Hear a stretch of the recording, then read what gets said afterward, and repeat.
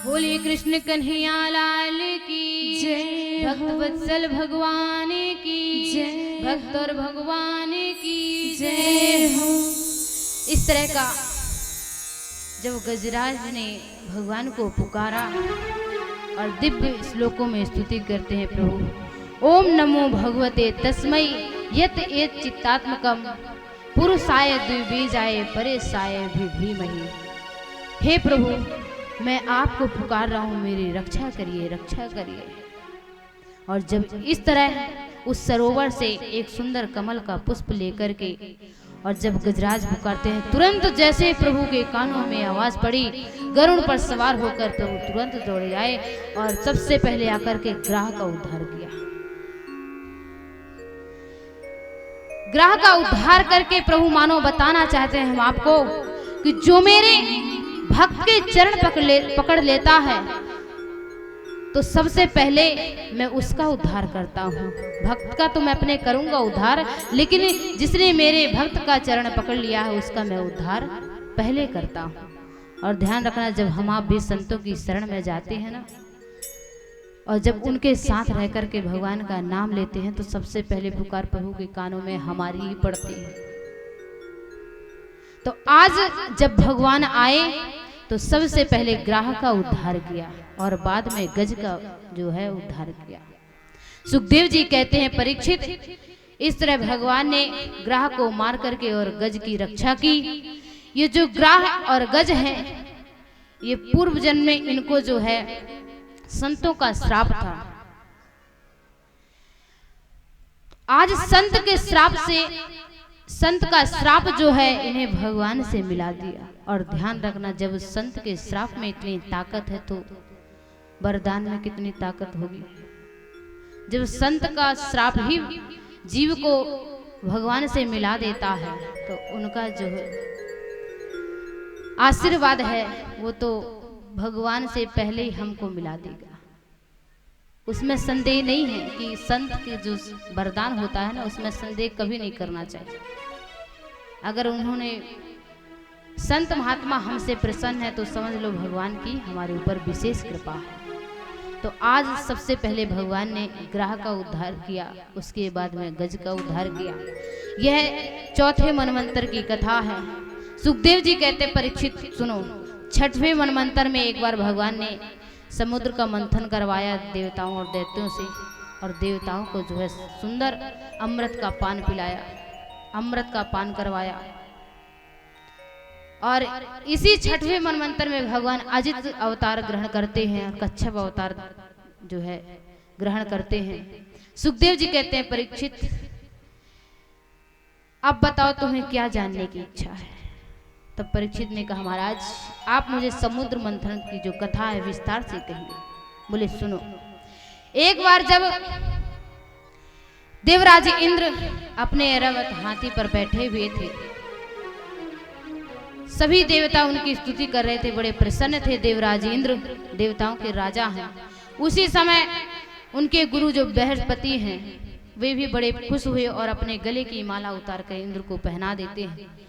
लेकिन इंद्र ने ध्यान नहीं दिया और अपने गले की माला उतार करके और अपने ऐरावत हाथी को पहना दिया। और जैसे ऐरावत हाथी अपना कान यहाँ वहां हिलाया, सूंड हिलाई, तो वह माला नीचे गिर गई। और जब नीचे गिरी तो उसके ऊपर उसका पैर रखर गया हाथी का, ऐरावत का। यह दृश्य देख करके बृहस्पति जी को बड़ा क्रोध आया, बड़े क्रोधित हुए। तो इंद्र को श्राप दे दिया कि तुम इतने बड़े मतवाले हो गए हो, इतने तुम्हें अपनी संपत्ति का बहुत अभिमान है, मैं तुम्हें श्राप देता हूं, तुम श्रीहीन हो जाओ, अर्थात लक्ष्मी से तुम हीन हो जाओ। और यह बात जब दैत्यों के गुरु शुक्राचार्य को पता चली, उन्हें मिल गया मौका। तुरंत अपने दैत्यों से कहा, जाओ, अच्छा बढ़िया मौका है, देवताओं पर तुम विजय हासिल कर लोगे, क्योंकि उनके गुरु इस समय नहीं है। उनसे गुस्सा होकर के, उनसे क्रोधित होकर के उनको छोड़ करके चले गए, यही अच्छा मौका है। तो शुक्राचार्य जी के कहने पर जितने दैत्य थे सब देवताओं पर चढ़ाई कर दी। अब बेचारे देवता बड़े दुखी, बताओ करें क्या, हमारे गुरु भी चले गए। तो यहाँ वहां बेचारे गुफा कंदराओं में छिपने लगे।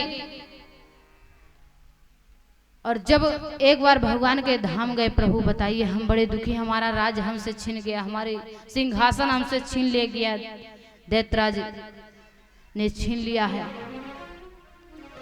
तब भगवान ने कहा सुनो, हमारे पास भी कोई संपत्ति नहीं है, जितनी भी संपदा है सब समुद्र में है, तुम सब मिलकर के जो है समुद्र का मंथन करो, उससे तुम जो है अमृत निकलेगा तो उसका पान कर लेना, ये मरने का झंझट ही खत्म हो जाएगा।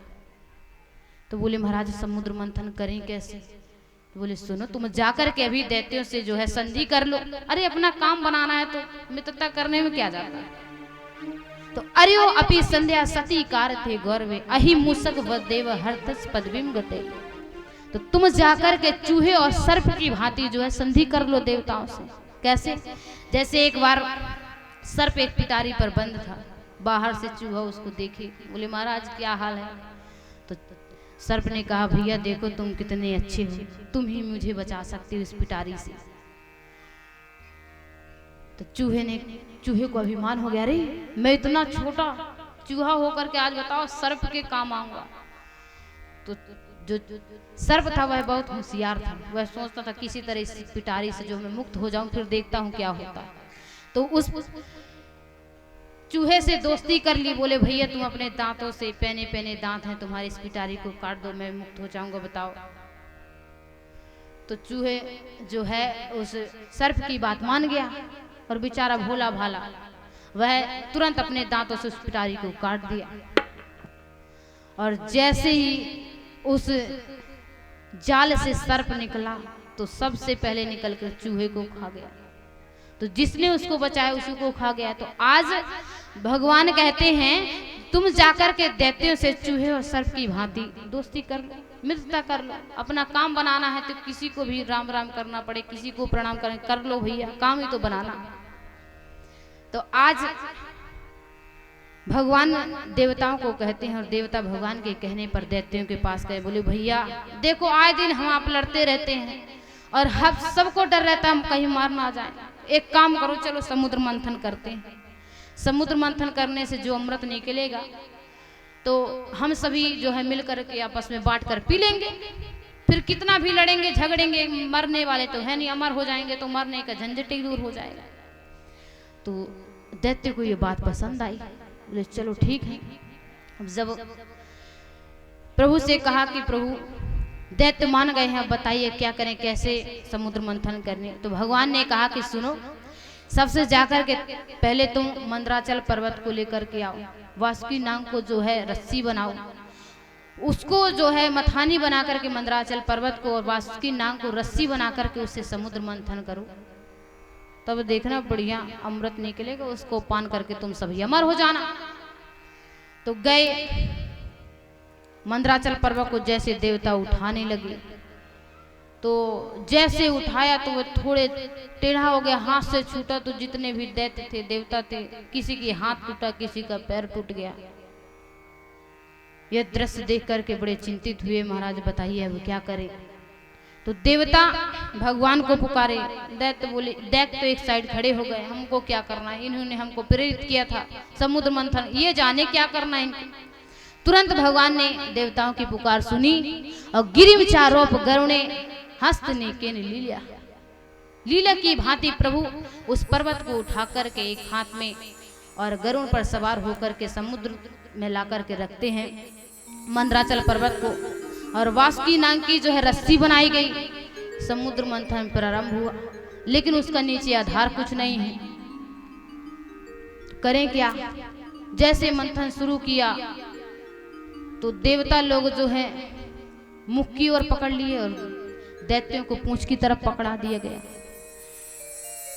तो जैसे उसकी मंथन किया गया, रगड़ हुई, तो जो सांप था वह बड़ी लंबी लंबी श्वास लेने लगा, गर्म गर्म जहरीली श्वास छोड़ने लगा। दैत्यों को लगा अच्छा ये पहले मुख की ओर पकड़े थे और हम पूंछ की ओर पकड़े थे, और हमने जैसे कहा कि भैया हम मुख की ओर नहीं पकड़ेंगे, या शुद्ध भाग होता है पूंछ, हम मुख की ओर पकड़ेंगे, इसलिए इन्होंने छोड़ दिया था। और बड़े जलने लगे, दैत्यों को जो है जलन महसूस हुई, देवता भी बड़े दुखी हुए। और मंदराचल पर्वत जो है समुद्र में डूबने लगा। उसी समय प्रभु को पुकारे, प्रभु बताइए क्या करें, सिंधु अभी मथने को पड़ा है, मंदराचल में भार पड़ा है, कैसे आपके पास आए, कैसे आप हमारी इससे रक्षा करिए प्रभु किसी न किसी तरह से।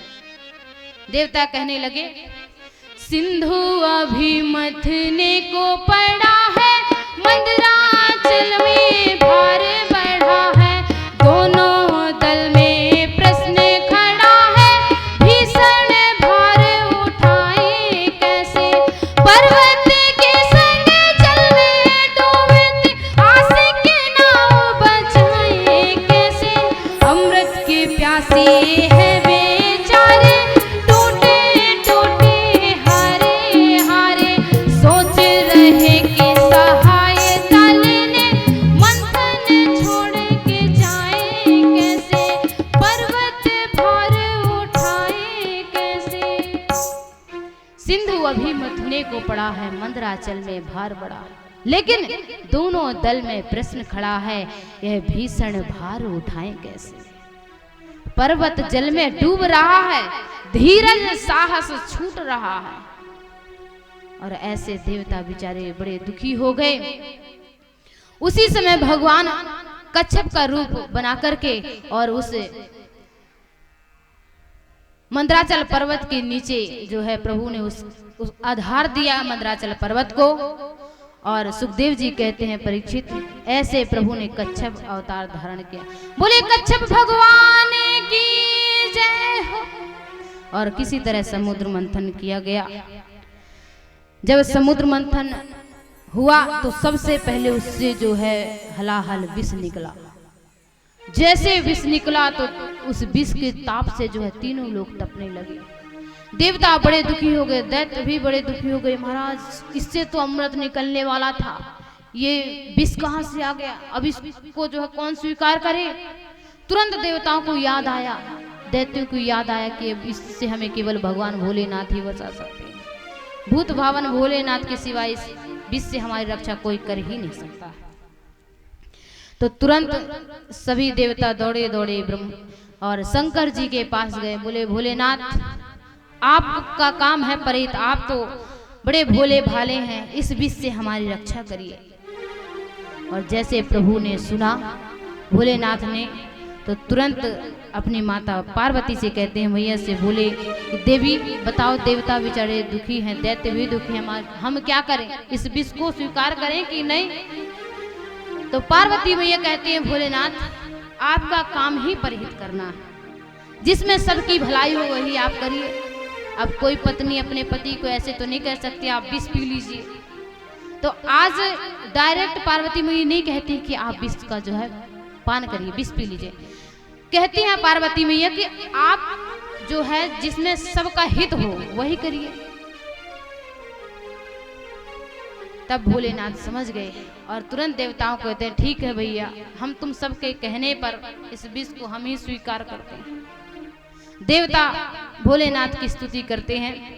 नमामि स्मीशान निर्वाण रूपम विभुं व्यापकं ब्रह्म वेदेश स्वरूपम। नमामि स्मीशान निर्वाण रूपम विभुं व्यापकं ब्रह्म वेदेश स्वरूपम। निजं निर्गुणं निर्विकल्पं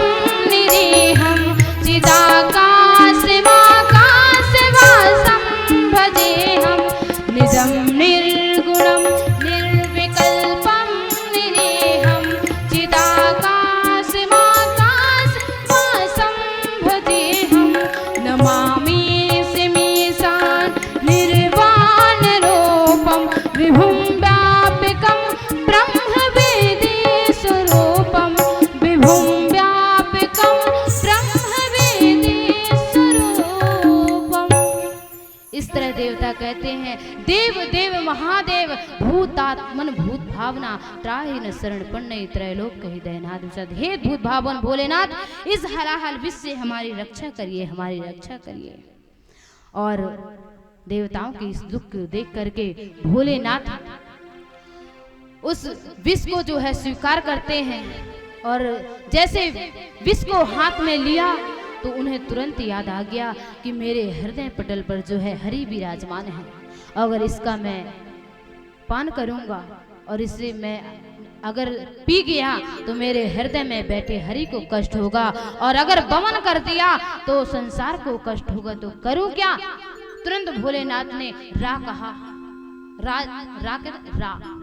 राम कह करके और उस विष को जो है स्वीकार, रा कहा तो मुंह खुल गया और विष को पान कर लिया, और जैसे माँ कहा तो मुख बंद हो गया। तो राम नाम का सहारा लेकर के और भोलेनाथ उस विष का पान कर जाते हैं। नाम प्रभा